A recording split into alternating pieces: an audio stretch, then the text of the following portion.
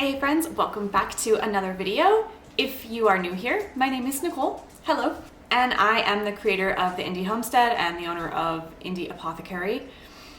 And I think I'm going to change this channel name soon to Indie Lane Farm. And there's some history behind the word indie, which I'm not going to get into right now, but it's just something that I've carried for quite a long time. The first time I used that term or word indie was with indie photography, and this was 12 or 13 years ago. So it's kind of just this word that I've used to describe different things that I've done in the past, and it just kind of makes sense that we would call our farm Indie Lane Farm. We don't have our farm yet, but we're actually going to go look at one tomorrow. I'm really excited. I'm trying not to be too excited. It's kind of a unique situation in the sense that the owners of the property had some type of hardship or crisis, and they're having to move, yet they're really in love with this property and they don't want to sell it. So they're being kind of picky about who they sell to, and hopefully we're good candidates. It sounds like we are. It sounds like we're a great fit. So I'm going to video the journey tomorrow, and I'll share that in the next video. Hopefully we'll have good news, or hopefully it'll be a fit. At the same time, I'm really trusting that whatever's meant to happen is going to happen, and our farm is out there waiting for us. So whether it's this farm or it's another one, I know it's there, and it's just about being patient. I just know that something's going to pop up, and it's hard to be patient. We've experienced so many hardships in the last really 10 years, honestly, but really intensely in the last 5 years. And it would be nice. It would be nice to have our place where we could put down roots. So cross your fingers, send your prayers. Hopefully this property is going to be it.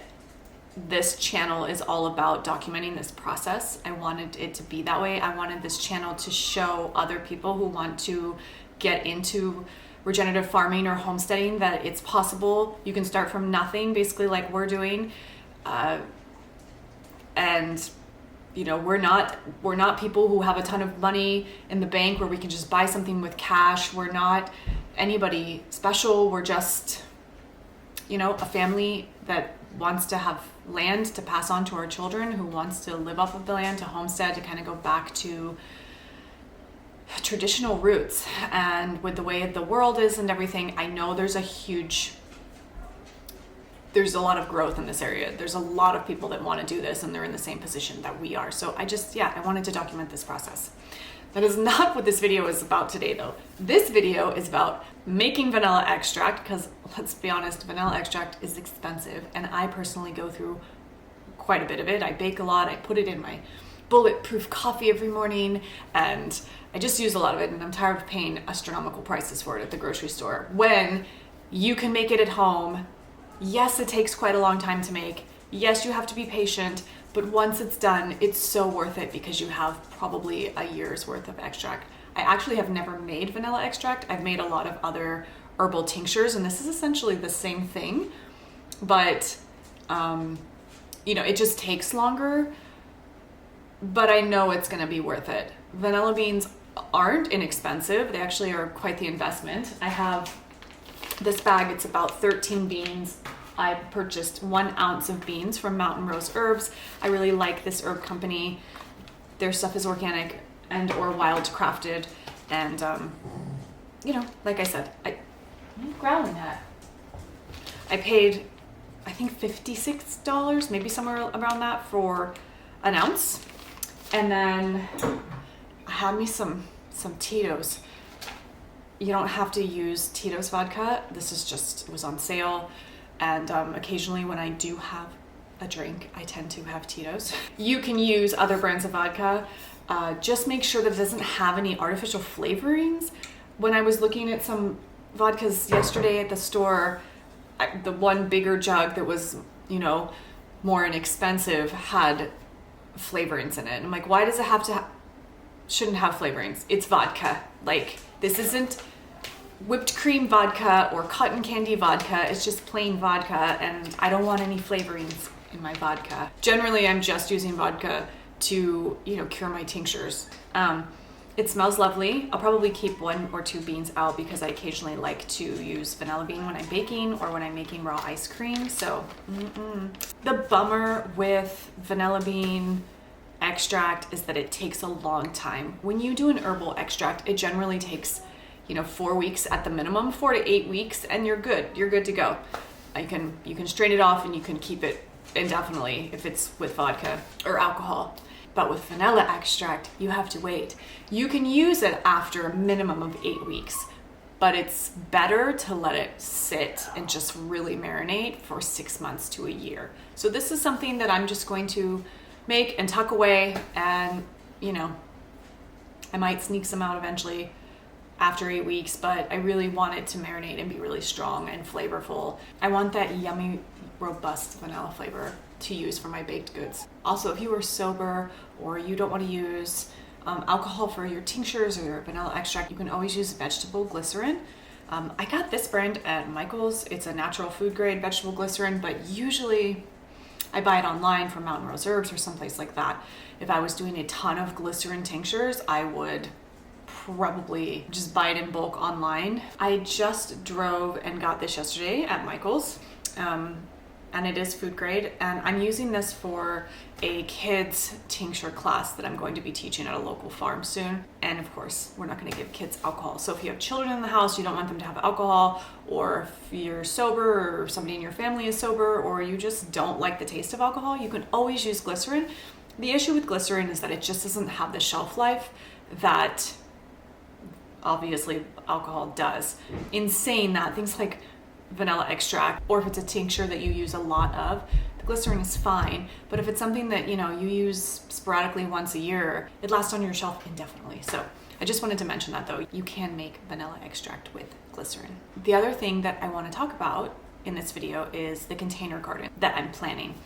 It is March 1st today, and I have to start thinking about that because we live so far north. We're in zone 9B, I believe. It's important to start a lot of the seeds inside. And of course, we're just renting on this property. I'm not going to make some extravagant garden bed on this property. I'm not going to invest any money here. Everything that I plant, I want to be able to take with us, because you never know when we're going to find a property. I mean, we're not actively looking yet. The property that we're going to view tomorrow actually kind of fell into our lap, which seems promising to me. I'm hoping that it's just meant to be. But say, for example, we get that property, I'm going to have these starts in pots, and then we'll be able to move them. So this year it's going to be a container garden. I'm not going crazy. I'm just focusing on herbs and maybe a few tomato plants and maybe a couple lettuce plants the kids have picked out that they want to grow. But yeah, that's what we're going to focus on. We're going to build, I think, these wood boxes. I'll put a picture up here so you can see what I'm talking about. I think it's easy. I think they will be lightweight enough so that we'll be able to move them. I will also look for pots to thrift, but I'm hoping that the crates will give the plants a little bit more root room. I've noticed in the past that when I've tried to do potted plants, not usually herbs tend to take really well to containers, but tomatoes and some other plants, that the plants just don't get very big and robust because they run out of room. Or I don't know, maybe it's just something I'm doing wrong with pots, but I just haven't had a lot of luck doing vegetables and things like that in pots or containers. So we'll see. I would not consider myself an expert gardener. I have been gardening for over a decade now, but I am first generation when it comes to gardening or any of this stuff, herbs, gardening, farming. I didn't know any of it. I grew up in suburbia. I wasn't taught anything. Our food came from the grocery store, and that is all I knew. So for me, gardening has been a process. I do not consider myself to have a green thumb. I have friends who are just really skilled with plants, house plants, outside plants, gardens. They just throw seeds in the ground and they just grow. Where for me, I've had a lot of failures and a lot of mess ups, and just, it's a lot, to spend all this money on a garden and then to get one tomato. So I've learned a lot over the years. We've worked with permaculture gardeners, and I feel like I'm in a good place now to be able to experiment more and play more, but by any means, I am not the most skilled gardener out there. It has just taken a really long time for me and a lot of failures. From bugs to overwatering to the soil not being good to the weeds just like taking over to, you know, my children pulling everything out of the ground. Like, that's a thing. I didn't garden for a few years because when my boys were little, even if I tried to like barricade it and cage it off and talk to them and say, don't pull it out, they inevitably would just always pull it out. So we didn't have a garden for a while because they'd always blow it up. They'd just destroy it. Yeah, so I want to just take you on this journey with me of creating a container garden. There are a lot of you that are in our situation, or maybe you live in an apartment even, or a condo, and you want to grow a few things. You can start where you are when it comes to homesteading. You don't have to have acreage, you don't have to have land. You can have a small backyard and you can just start from where you're at. And it's hard because usually if you want to homestead, you want land, right? You want to have some property, but that doesn't always happen, and it doesn't make sense to wait. You can start learning and making mistakes and messing up and getting comfortable in the kitchen and with baking and preserving and growing, you know, container gardens and things like that while you're waiting to move into your dream property. This channel is just really all about that, you know, from being vegan to finding a farm. I wanted to bring you all along the journey with us, and that includes experimenting and making this container garden so that I can take it with me when we find our property. I definitely will do the unboxing video when my seeds come, but as of now, the herbs that I'm looking at getting to plant is chamomile, of course, basil, echinacea, calendula. Did I put echinacea in the cart? I'm not sure. Motherwort is one that I've wanted to grow for a while now, and we could not grow that in Arizona. Gardening in Arizona was really challenging. Gardened in a lot of different areas, and that was one of the hardest. Not just because it's a desert. You know, you actually have a pretty decent growing season in Arizona. It's if the heat doesn't kill it when it starts to get warm, the bugs or the animals or the birds or the rodents or just everything is out to eat your garden because it's such a hostile place. It's a hard place to live as an animal or a bird or anything there. It's pokey and dry and hot, and there's not a lot to eat there for these creatures. So if you plant a garden, you're just basically setting up a buffet for these animals and bugs and creatures to eat from. I tried really hard. I had cages over my garden. I had shade cloth to try to prevent things from burning and from birds getting to them, but the birds would just burrow in underneath. I mean, it was just a constant battle with things eating what I was growing there. So I'm happy to be someplace now where I can grow anything. I can grow most of the herbs that I use, which is really exciting. The weather here is just better for these herbs. And so motherwort is one I'm really excited to try growing. I haven't grown it before. Yeah, I have a list of other herbs, but when those come in, I will do an unboxing video so you can see. I'm ordering most of my herb seeds from Mountain Rose Herbs, and then the remainder plants like lettuce and tomatoes and a few other things, flowers and such, I'm gonna order from Baker Seeds. So I'm doing that in the next couple days. I'll do another video when they get here and share with you what I'm getting, and I'll share with you the process of the container garden with you and what we're building and how it's gonna work. I don't even know exactly how it's gonna work yet, or what we're gonna do, but it'll work out. Enough blabbing, let's make vanilla extract.